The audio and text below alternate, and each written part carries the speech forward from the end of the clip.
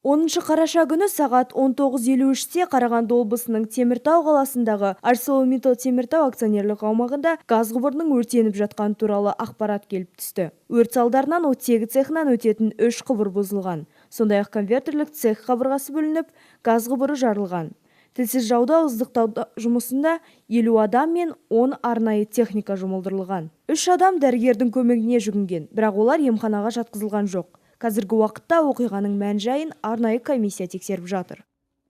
10 ноября 2018 года в 19:53 10 қараша күні кешкі сағат 19:53-те біздің басқармаға ArcelorMittal Теміртау акционерлік қоғамының цехында газ құбырынан өрт шықты деген хабар келіп түсті. Газ құбыры бұзылғандықтан газды ауа барлық аумаққа таралған. 22:15-те өрт толығымен залалсыздандырылды.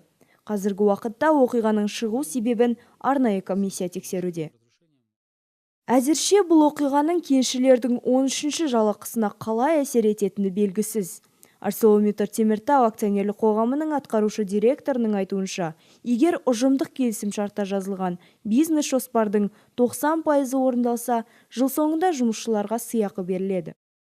Газопровод сжатого воздуха. Біз үшін ең бастысы орын алған оқиғаның себебін түсіну және болашақта осыған жол бермеу. Апат өте маңызды. Қазіргі уақытта 3 бағытта жұмыстар жүргізілуде. Біріншісі апат себептерін тексеру. Екіншісі қысқы уақытта зауыттың жұмысын қамтамасыз ету.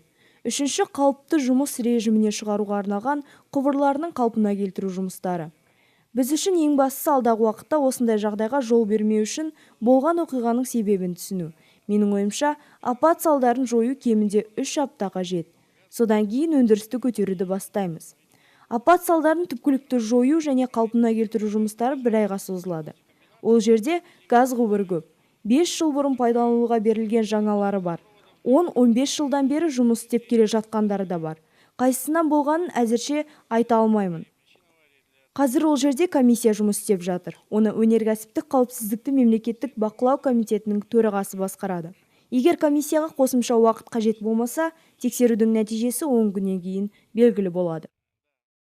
Жөндеу қалпына келтіру жұмыстарын жүргізу үшін комбинат және мердігер ұйымдардың мамандары мен техникасы жұмылдырылды.